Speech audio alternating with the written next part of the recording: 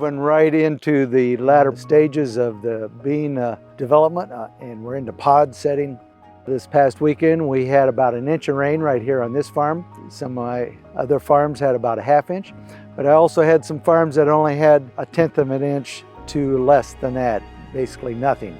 So it's been a real spotty season as far as rain here and around many parts of the western part of the Midwest anyway. But this field here we're in, they're not real tall, but they are potted close.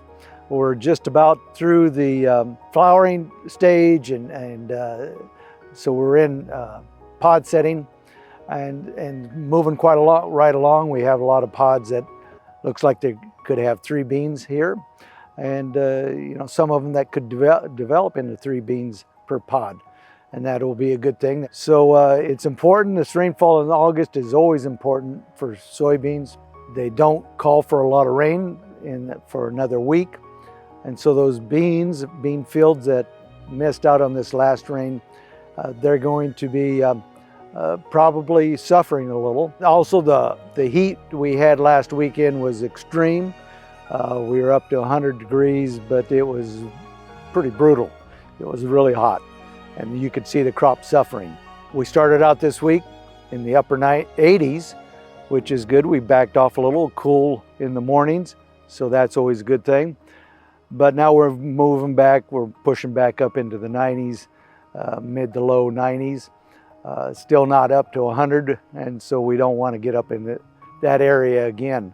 We're really excited, and we're wondering and speculating what our yields will be. Soybeans are really difficult to estimate, but these bean fields that have received rainfall here this past week, they're probably on their way to having a pretty good yield this year. Last year we had extremely good yields. I don't believe in this part of Iowa that we'll have the same high bean yields that we did last year. So the variance in the weather is not usually a good thing when you end up in having and estimating and then combining and seeing what you actually raise for a yield. Usually that can really leave us with a lot of variables out there that can affect our total yields. You don't know, that's an estimate, and soybeans are really tough to determine, but these beans are here on this farm are looking pretty good. So we still have a ways to go, and weather still will make a difference.